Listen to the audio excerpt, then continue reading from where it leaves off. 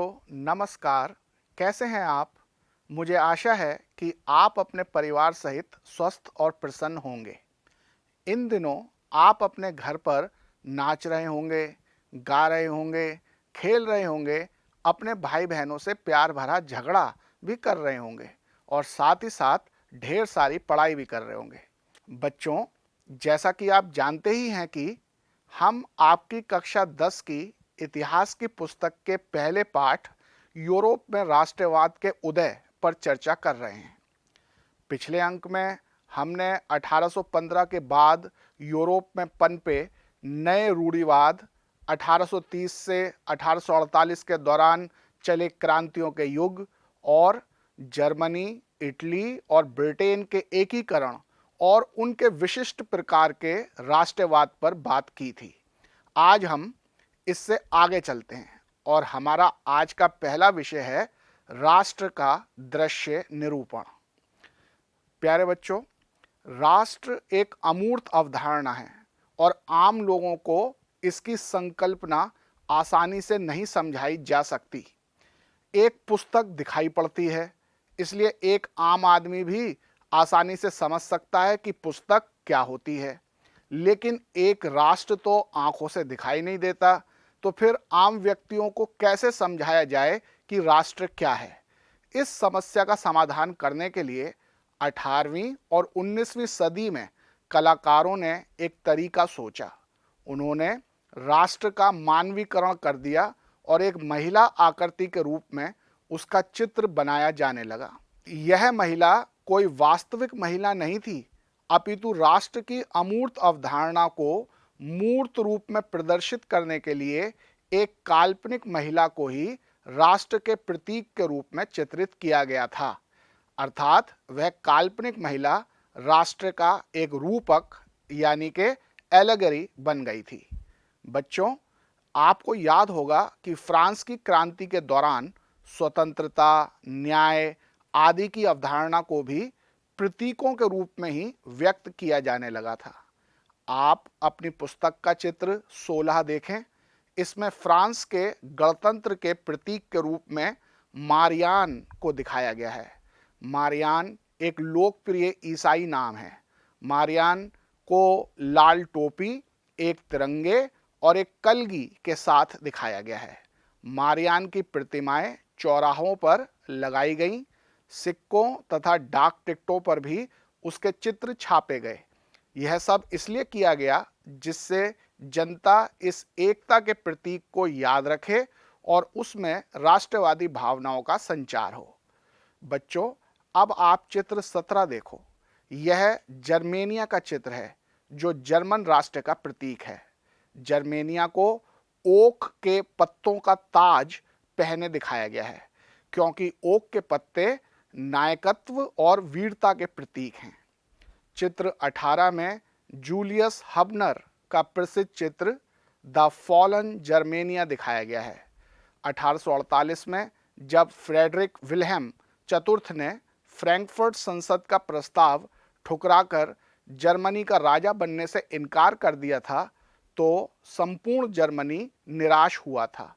यह उसी निराशा को प्रकट करने वाला चित्र है। अब जरा चित्र 19 को देखो। यह चित्रकार लॉरेंज क्लासेन का प्रसिद्ध चित्र जर्मेनिया गार्डिंग द राइन है।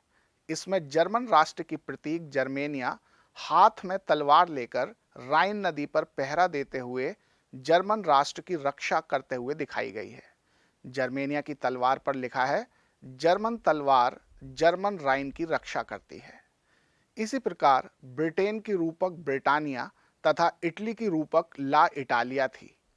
तो प्यारे बच्चों, आपने देखा कि राष्ट्रवाद के विकास के साथ राष्ट्र को रूपक के रूप में दिखाने का चलन शुरू हुआ, जिसने राष्ट्रवादी भावनाओं को और अधिक गहरा बनाया। अब बच्चों, हम अगले विषय पर आते हैं और वह है राष्ट्रवाद और साम्राज्यवाद। प्यारे बच्चों, अब हम आपकी इतिहास की पुस्तक के पहले पाठ के अंतिम खंड पर आते हैं और अब हम राष्ट्रवाद और साम्राज्यवाद के संबंध पर चर्चा करेंगे। 19वीं सदी के अंतिम चतुर्थांश तक आते आते राष्ट्रवाद अब 19वीं शताब्दी के पूर्वार्ध वाली आदर्शवादी उदार लोकतांत्रिक भावना न रहकर एक संकीर्ण विचारधारा बन चुकी थी, जिसके सीमित साध्य या लक्ष्य थे। हम देखते हैं कि इस अवधि में विभिन्न राष्ट्रवादी समूह एक दूसरे के प्रति अधिक और अधिक असहिष्णु होते जा रहे थे और कभी भी परस्पर युद्ध के लिए तैयार रहने लगे थे। बच्चों, इस समय हमें यूरोप में एक और प्रवृत्ति दिखाई देती है। बड़ी यूरोपीय शक्तियां अपने साम्राज्यवादी हितों को विस्तारित करने के लिए अपने प्रजाजनों की राष्ट्रवादी आकांक्षाओं से खेलने लगीं। राष्ट्रवाद के नाम पर लोगों की भावनाओं को भड़काकर दूसरे देशों पर कब्जा करने और एक देश के लोगों के एक वर्ग की भिन्न राष्ट्रीयता का हवाला देकर उन्हें अपने देश से अलग होने के लिए भड़काने के खेल यूरोप के रंगमंच पर बड़े पैमाने पर खेले जाने लगे। बच्चों, 1871 के बाद से यूरोप में राष्ट्रवादी तनाव का सबसे गंभीर स्रोत बाल्कन क्षेत्र बन गया। यहाँ आपको यह पता होना चाहिए कि बाल्कन देश कौन कौन थे। रोमानिया, बल्गारिया, अल्बानिया, यूनान, मकदूनिया, Croatia, Bosnia Herzegovina, Slovenia, Serbia, Montenegro जैसे देश बाल्कन देश कहलाते हैं। बच्चों, इन बाल्कन देशों के निवासियों को स्लाव कहा जाता है। बाल्कन क्षेत्र का एक बड़ा भाग ऑटोमन साम्राज्य के नियंत्रण में था। बाल्कन क्षेत्र के लोगों ने राष्ट्रीयता के आधार पर अपनी स्वतंत्रता या राजनीतिक अधिकारों का दावा किया और यह सिद्ध करने के लिए कि कभी वह स्वतंत्र थे, उन्होंने इतिहास का प्रयोग किया। बच्चों, बाल्कन शीघ्र ही गहन संघर्ष का क्षेत्र बन गया, क्योंकि वहां विभिन्न स्लाव राष्ट्रीयताएं अपनी पहचान और स्वतंत्रता को परिभाषित करने के लिए परस्पर संघर्ष करने लगी। बच्चों, यहाँ एक बात और महत्वपूर्ण है।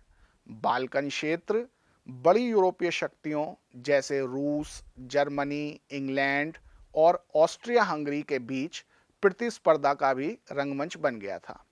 प्रत्येक बड़ी यूरोपीय शक्ति अधिक से अधिक उपनिवेश हासिल करके अपना साम्राज्य बढ़ाना गौरव की बात मानती थी। आप जरा अपनी पुस्तक के चित्र 20 को देखिए। ब्रिटिश राष्ट्र की प्रतीक ब्रिटानिया अपने उपनिवेशों पर शासन करते हुए किस शान से बैठी है। विश्व पर प्रभुत्व ब्रिटेन के राष्ट्रीय गौरव के आधार के रूप में प्रदर्शित किया गया। इसके फलस्वरूप बाल्कन क्षेत्र में युद्धों की एक श्रृंखला ही प्रारंभ हो गई, जिसकी परिणति प्रथम विश्व युद्ध के रूप में हुई। अतः बच्चों, हम देखते हैं कि जब राष्ट्रवाद साम्राज्यवाद के साथ जुड़ गया तो इसने 1914 में यूरोप को एक महाविनाश के गर्त में ढकेल दिया।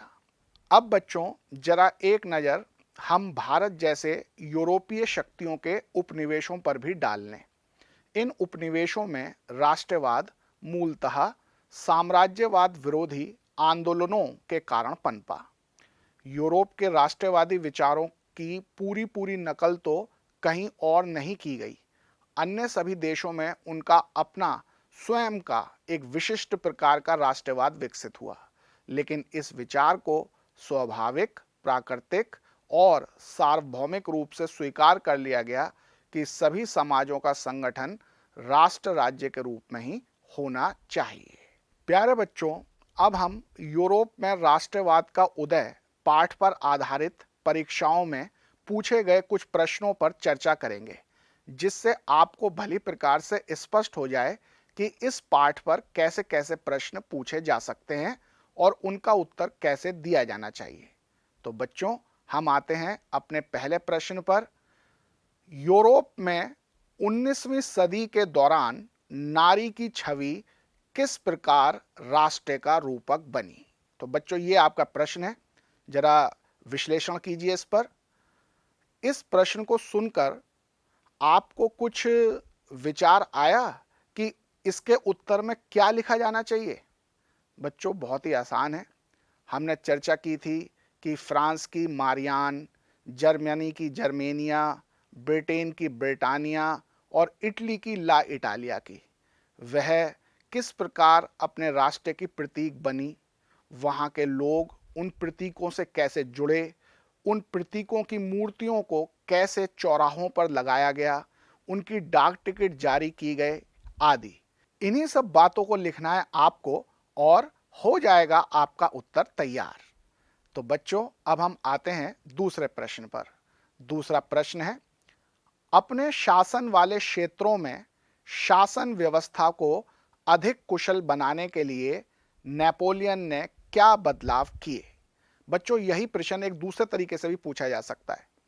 नेपोलियन द्वारा अपने नियंत्रित क्षेत्रों में शुरू किए गए किन्हीं 5 सामाजिक एवं प्रशासनिक सुधारों की व्याख्या कीजिए।